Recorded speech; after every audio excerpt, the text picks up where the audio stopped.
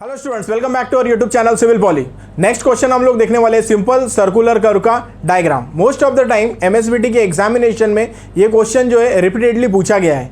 इसमें हमको बोला जाता है कि फिगर जो है वो हमको निकालना है सिंपल सर्कुलर कर्व का, और उसके साथ में उसके जो एलिमेंट्स है वो हमको शो करना है। ठीक है, तो इसका सिंपल डायग्राम देख लेते हैं सिंपल सर्कुलर कर्व का। सपोज एक पॉइंट ऑफ इंटरसेक्शन है हमारा, ठीक है, पॉइंट ऑफ इंटरसेक्शन निकाल लेते हैं। ठीक है, यहाँ से दो टेंजेंट्स जो है वो हम लोग निकाल लेते हैं। सपोज ये tangent A B and B C tangent है हमारी। ठीक है, यहाँ से हम लोग एक लॉन्ग कॉर्ड ले लेंगे। ठीक है, देन उसके बाद में यहाँ से कर्व जो है वो हमको निकाल लेना है। ये कर्व हमने निकाल लिया। देन इसके बाद इसका सेंटर निकाल लेते हैं। ठीक है, तो ये सपोज ओ है हमारा, ठीक है, ओ, और ये रेडियस आर हो गई हमारी, रेडियस यहाँ से यहाँ तक रेडियस। देन ये टेंजेंट पॉइंट्स है तो इसको हम लोग T1 ले लेंगे, इसको ले लेंगे T2। ठीक है, अब ये जो दो टेंजेंट जो है मीट हुए यहाँ पर पॉइंट ऑफ इंटरसेक्शन बनता है। ठीक है, ये इंटरसेक्ट हुए दो, पॉइंट ऑफ इंटरसेक्शन बोलते हैं इसको हम लोग। ठीक है, देन उसके बाद में ये जो एंगल है ये एक्सटेंड किया इसको, इसके साथ में जो बन रहा ये हमारा डिफ्लेक्शन एंगल रहता है, phi, deflection angle phi.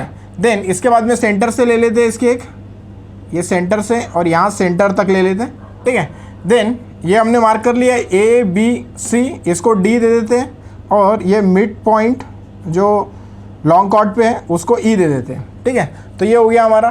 Then इसके बाद में देखिए यहाँ पर क्या है, यहाँ पर ये जो है फाई, ये है हमारा डिफ्लेक्शन एंगल। यहाँ लिख देते हैं इसको डिफ्लेक्शन एंगल। ठीक है, ये डिफ्लेक्शन एंगल हो गया। और ये जो आई है ये है हमारा angle of intersection, angle of intersection, angle of intersection. ठीक है, देन इसके बाद ये आर जो है ये हमारा रेडियस है, आर इज रेडियस। देन ये टेंजेंट पॉइंट्स है T1 and T2 are the tangent points. ठीक है, ये जो हमारा टेंजेंट है, ठीक है, ए बी, ये हमारा होता है बैकवर्ड टेंजेंट, बैकवर्ड टेंजेंट। ठीक है, बैकवर्ड टेंजेंट है ये, और ये जो है ये फॉरवर्ड टेंजेंट है। ठीक है, इसका भी नाम दे देते हैं फॉरवर्ड टेंजेंट। ठीक है, ये हमारा फॉरवर्ड टेंजेंट हो गया। देन इसके बाद में अब जो रिमेनिंग है उसको भी लिख लेते हैं। ठीक है, तो यहाँ से आर रेडियस, आर जो रहेगा वो हमारा रेडियस ऑफ कर्व, रेडियस। ठीक है, अब देखो एल जो रहता है हमारा स्मॉल एल, तो ये स्मॉल एल ये रहता है। ठीक है, ये रहता है लेंथ ऑफ कर्व। ठीक है, small L length of curve. ठीक है, small L is the length of curve. ठीक है, A B and B C are the tangents, A B and B C tangent to curve. ठीक है, tangent to curve रहता है ये। ठीक है, A B and B C. Then उसके बाद में रिमेनिंग है हमारा बी डी। ये बी डी जो रहता है बी डी, ठीक है, ये रहता है हमारा apex distance. B D is the apex distance. ठीक है, देन उसके बाद में डी जो है वो पोर्शन को हम लोग बोलते हैं डी, वर्स साइन। ठीक है, ये वर्स साइन हो गया हमारा। देन आर भी मार्क कर लिया हमने। हाँ, T1ED, ठीक है, ये रहता है हमारा लॉन्ग कॉर्ड, T1ET2, ये हमारा है लॉन्ग कॉर्ड। ठीक है, लॉन्ग कॉर्ड। तो इसमें जो टर्म्स यूज हुए वो हमने लिख लिया। ये आई जो है वो है हमारा एंगल ऑफ इंटरसेक्शन, फाई जो है वो डिफ्लेक्शन एंगल। ठीक है, ये बैकवर्ड टेंजेंट, ये हो गया फॉरवर्ड टेंजेंट। देन उसके बाद में एल लेंथ ऑफ कर्व। ठीक है, बी डी ये जो डिस्टेंस है बी डी, ये हमने एपेक्स डिस्टेंस बोला, ये एपेक्स है इसलिए एपेक्स डिस्टेंस। ठीक है, और ये जो मैक्सिमम ऑर्डिनेट है ये वाला, ठीक है, तो ये हमारा होता है वर्स साइन। ठीक है, तो ये डी जो है ये वर्स साइन है। देन इसके बाद में T1ET2, T1ET2 ये हमारा हो जाएगा लॉन्ग कॉर्ड। ठीक है, तो इतना डायग्राम हमको निकालना पड़ता है। मोस्ट ऑफ द टाइम जो है ये क्वेश्चन हमको पूछा गया है कि draw a simple circular curve with label. ठीक है, तो लेबलिंग करना है और ऐसा सिंपल एक सर्कुलर कर्व का डायग्राम जो है वो हमको निकालना है। ठीक है, 4 मार्क्स के लिए मोस्ट ऑफ द टाइम ये क्वेश्चन जो है पूछा जाता है। ठीक है, अब ये हो गया हमारा सिंपल सर्कुलर कर्व का क्वेश्चन। ठीक है, इसमें हम लोग ऐड करते हैं, आगे हमको न्यूमेरिकल सॉल्व करना है, तो न्यूमेरिकल्स में हमको फॉर्मूले जो है वो यूज़ होने वाले हैं। तो कौन कौन से फॉर्मूलेज हैं जो इंपॉर्टेंट है related to simple circular curve. ठीक है, तो वो देख लेते हैं सिंपल सर्कुलर कर्व में कौन कौन से फॉर्मूले हैं जो यूज़ होंगे हमारे न्यूमेरिकल सॉल्व करने के लिए। ठीक है, तो फॉर्मूले ले लेते हैं यहाँ पर।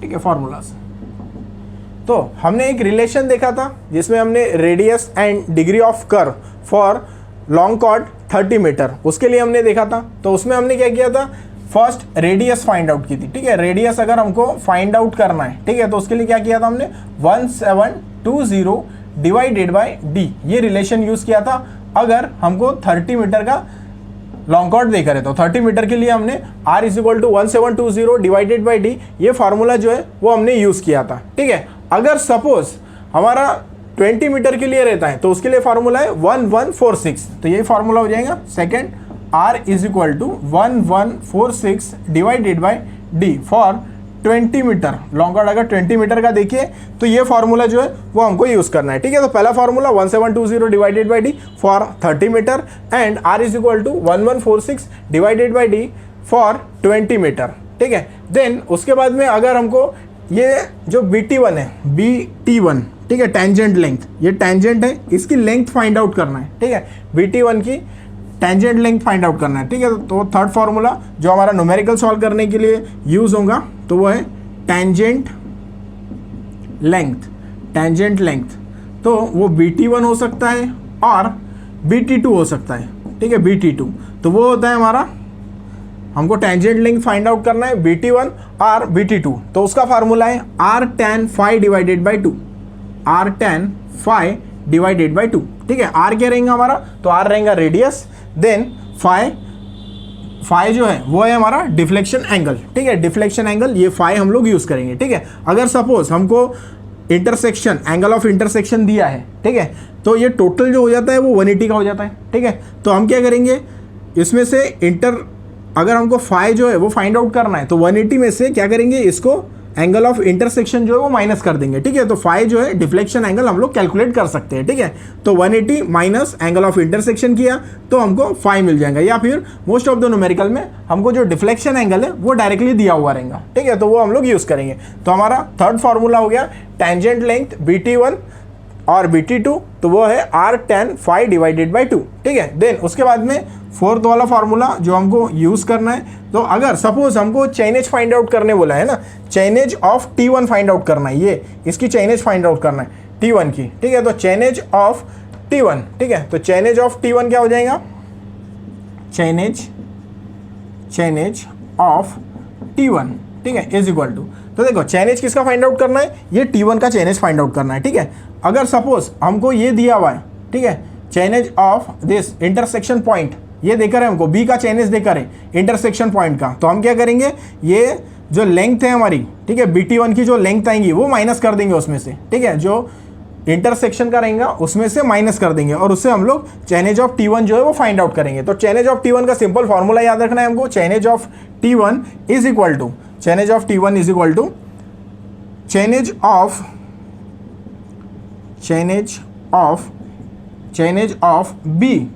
ऑफ बी लेना है, चेनेज ऑफ बी मतलब ये जो बी है हमारा पॉइंट ऑफ इंटरसेक्शन वो लेना है, chainage of B minus BT1 लेना है। ठीक है, BT1 क्या है हमारा, टेंजेंट लेंथ BT1। ठीक है, तो हम क्या करेंगे, chainage of T1 find out करना है, उसके लिए चेनेज ऑफ बी लेंगे माइनस BT1। ठीक है, तो ये लेंथ ऑफ टेंजेंट जो है, टेंजेंट लेंथ माइनस कर लेंगे। ठीक है, और यहाँ से हम लोग जो है चेनेज ऑफ T1 जो है वो कैलकुलेट कर लेंगे। ठीक है, देन उसके बाद में फिफ्थ फार्मूला जो हमको यूज़ होता है यहाँ पर वो है लेंथ ऑफ कर्व। ठीक है, लेंथ ऑफ कर्व का फार्मूला। ठीक है, लेंथ ऑफ कर्व ये स्मॉल l से डिनोट करते हैं, तो ये है pi r phi divided by 180, ठीक है। तो ये फार्मूला यूज करना है लेंथ ऑफ कर्व का, small l is equal to pi R phi divided by 180, ठीक है। तो ये फार्मूला यूज करके हम लोग जो है लेंथ ऑफ कर्व जो है वो कैलकुलेट कर सकते हैं। देन उसके बाद में सिक्स्थ फार्मूला जो हमारा यूज होगा वो होगा chainage of T2, chainage of T2, ठीक है। तो ये T2 की चेनेज फाइंड आउट करना है, मतलब इसकी चेनेज, ये लेंथ ऑफ कर्व हमने फाइंड आउट कर लिया पाई आर फाई डिवाइडेड बाय 180, ठीक है। देन उसके बाद में chainage of T2 find out करना है, ये T2 का चेनेज फाइंड आउट करना है। तो उसमें क्या करेंगे हम लोग, चेनेज ऑफ T1 लेंगे plus length of curve add कर लेंगे तो हमको चेनेज ऑफ T2 मिल जाएगा, ठीक है। तो क्या करना है हमको, chainage of T1 plus length of curve, chainage of T1, chainage of T1 plus chainage of T1 लेना है, प्लस करना है लेंथ ऑफ कर्व, ठीक है। तो length of curve small l जो ये कैलकुलेट की है वो पुटअप करेंगे और चेनेज ऑफ T2 जो है वो हम यहाँ से फाइंड आउट कर लेंगे, ठीक है। तो सिक्स्थ फार्मूला है हमारा चेनेज ऑफ T2 का, तो chainage of T1 plus length of curve लेंगे और वहाँ से हम लोग जो है फाइंड आउट कर लेंगे, ठीक है। उसके बाद में हमारा length of long chord, next formula length of long chord, next 7 length of long chord,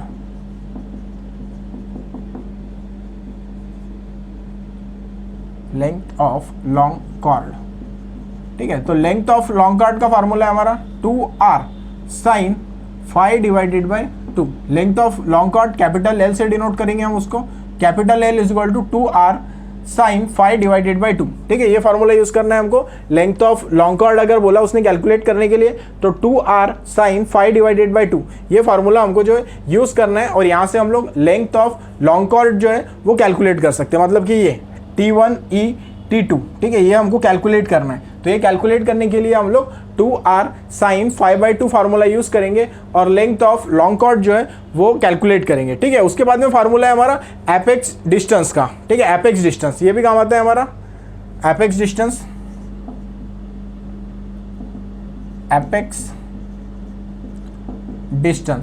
ठीक है। एपेक्स डिस्टेंस हमने कैसे डिनोट किया है यहाँ पर, देखो एपेक्स डिस्टेंस, तो एपेक्स डिस्टेंस ये है हमारा BD, ठीक है। तो एपेक्स डिस्टेंस BD कैलकुलेट करना है, ठीक है।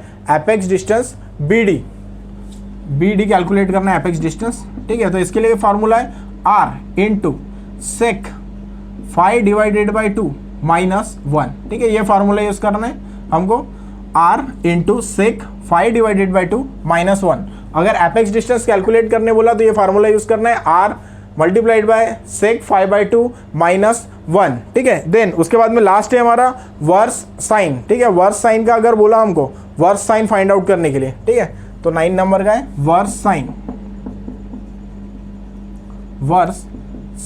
ठीक है। वर्स साइन देखो, वर्स साइन अपन ने कैसे डिनोट किया है, वर्स साइन DE से, ये जो डिस्टेंस रहता है ये DE, ये हमारा वर्स साइन है, ठीक है। ये वर्स साइन फाइंड आउट करना है, इसके लिए फार्मूला वर्स साइन DE से डिनोट किया है, DE versine is equal to R into 1 minus cos phi divided by 2, ठीक है। ये फार्मूला यूज करना है हमको, 1 minus phi divided by 2, DE versine DE R multiplied by 1 minus cos phi divided by 2, ये formula use करना है और इसे हमको सॉल्व करना है। ये जो 9 फार्मूले हैं, ये 9 फार्मूले के ऊपर में बेस्ड न्यूमेरिकल है, मैक्सिमम टाइम एग्जामिनेशन में जो पूछा गया है, ठीक है। तो ये लर्न चाहिए हमको फार्मूले, जिसकी हेल्प से हम लोग इजीली न्यूमेरिकल जो है वो सॉल्व कर सकते हैं, ठीक है। तो पहला फार्मूला कौन सा है हमारा, वो है R, ठीक है, रेडियस और डिग्री ऑफ कर्व, इसका रिलेशन, ठीक है। अगर 30 मीटर का देकर है 1720 डिवाइडेड बाई D, ये यूज करना है। सेकंड वाला अगर 20 मीटर का कॉर्ड देकर है तो R is equal to 1146 divided by D, ये फार्मूला यूज करना है।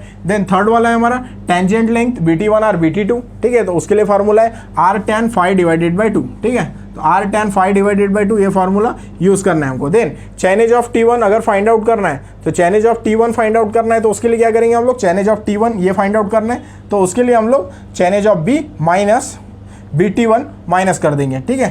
तो ये जो हमने लेंथ निकाली है वो माइनस कर देंगे, तो चेन एज ऑफ बी लेंगे माइनस BT1 ले लेंगे, यहाँ से चेन एज ऑफ T1 जो है वो कैलकुलेट कर लेंगे। Then length of curve find out करना है, तो उसके लिए जो फार्मूला है हमारा वो फार्मूला है पाई आर फाई डिवाइडेड बाय 180, ये फार्मूला यूज़ करेंगे और लेंथ ऑफ कर्व जो है वो इजीली हम लोग यहाँ से कैलकुलेट कर सकते हैं। Then chainage of T2, chainage of T2 निकालना है, तो उसके लिए क्या करेंगे, ये चेन एज ऑफ T2 इसका निकालना है, तो चेन एज ऑफ T1 पता है, लेंथ ऑफ कर्व ऐड कर देंगे तो चेन एज ऑफ T2 आपका निकल जाएगा। Chainage of T2 is equal to chainage of T1 plus length of curve, ठीक है। देन उसके बाद में लेंथ ऑफ लॉन्ग कॉर्ड, ठीक है, तो लेंथ ऑफ लॉन्ग कॉर्ड का formula L is equal to 2R sine phi divided by 2, ये फार्मूला यूज करना है। लेंथ ऑफ लॉन्ग कॉर्ड जो है वो हमको कैलकुलेट कर लेना है। देन उसके बाद में एपेक्स डिस्टेंस का formula, apex distance BD is equal to R multiplied by sec 5/2 minus 1, ये फार्मूला यूज करना है। देन उसके बाद में वर्स साइन का DE R into 1 minus cos